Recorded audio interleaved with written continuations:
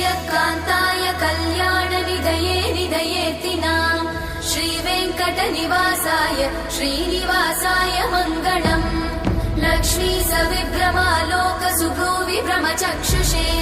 चक्षुषे सर्वलोकानां वेङ्कटेशाय मङ्गलम् श्रीवेङ्कटाद्रिशृङ्गाग्रमङ्गलाभरणाङ्गये